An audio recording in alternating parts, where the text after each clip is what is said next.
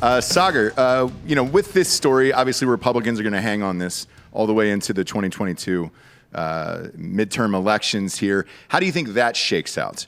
I'm curious, is your predictions? I also want to know what your prediction is with this whole, like, it seems like a lot of Republicans right now are making moves that don't make sense politically right now. Like Abbott with the abortion thing here in Texas. That was a bad political move this time.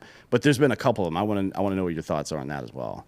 So I went in, I looked today. So it's hard. So Biden right now, last big poll I saw of him has him at 39% approval, his worst of his entire presidency. And like I said, always add in like an extra 6 for Republicans. So I think he's sitting really low. I mean, even 538 has him at 45% approval. And that's you go. Yeah. So it's probably 38. And they were off in the election by what? About 7. So you know what I'm saying? Mm-hmm. Like you around that 35 mark, which is a disaster. But if you actually go down in the crosstabs, Afghanistan's like 8, 9 in terms of priority. Economy, right? Exactly. It's the economy. So I think Biden is sunk because of COVID. I really do. I think Biden he was elected for one reason, because he wasn't Trump, right? The number one reason that people said they voted for Biden was because he was not Donald Trump. 2/3 of the people who voted for him, they wanted him to, number one, get the pandemic under control. Number 2, get the economy under control. Neither is happening. We just had the biggest jobs miss in like the last 10 months, just in August. Yeah, and his same thing for COVID. His people are cruising around bragging about the job. We've added 4 million jobs since. Yeah. Dude, there are 11 million open jobs in this country right now. Exactly. We got a problem, bro. Yeah, we got open jobs. We've got open jobs. We have a wage problem. We also have a problem whenever it comes to the regulation in public health. I think is number one, because Delta and listening to Fauci and Walensky and now pushing the vax mandates, you are asking for big trouble here, man. Like that's and look, the numbers bear it out.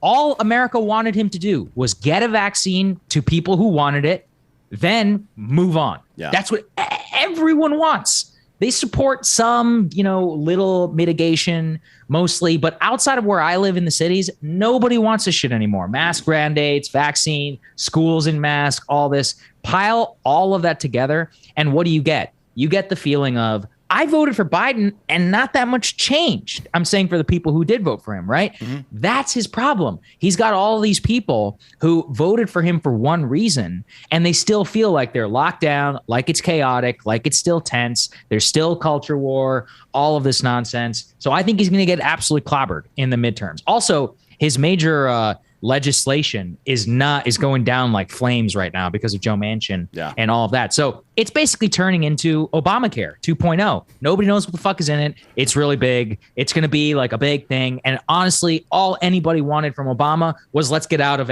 Iraq and let's get the economy under control. And he couldn't do it. And it's basically the same thing with Biden. So I look at it and I just say the number one reason why Biden is losing is Delta. It is interesting what you're saying about the abortion thing, because I agree with you. Politically, it's a problem. And the reason why is that in terms of the polling, 6-week ban, very dicey in terms of like where exactly it all is. I also have this, here's the thing. Only 3% of people in 2020 voted because of abortion. 3% said it was their number one. Almost 90% of those people voted for Trump. So it's really not at the top of anyone's list until it is. Yep. So for a long time, Roe versus Wade made it so that most Democrats just don't give that much shit about it for abortion. But if you're going to force it to the table, especially where you guys are in Austin, you got all these new arrivals from California, New York, Arizona, whatever. They're all about to register to vote, man. And I think that's going to be a big problem in 2022. So I would say in Texas, it's probably going to change the politics there more than anything. And, a guy, Matt Continetti, he wrote a very good column recently, which was the issue for the Republicans now on the Texas abortion law is now every national Republican is going to get asked about it. Yeah. And so you increase the likelihood of what? Of the Todd Aiken legitimate rape moment. All you need is one fucking moron in like Wyoming to say something stupid, and then it's over, right? Yeah. It's like that is where I could see some benefits for Democrats, but honestly, I think the overwhelming feeling right now in the country is how is this still going on with COVID? Yeah. Like, how is this still happening? Even for the people who are actually crazy with the triple masks and all of that. Like, they're mad at Biden for not doing more than the people, I would say the majority of people, who don't want lockdown, mask mandate, restriction.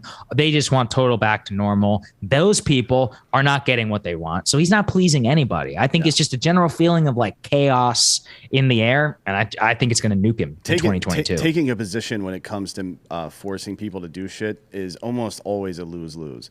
Because 100%. Yeah. The vast majority of people just want to be left alone, regardless of what they believe. And only crazy people, right?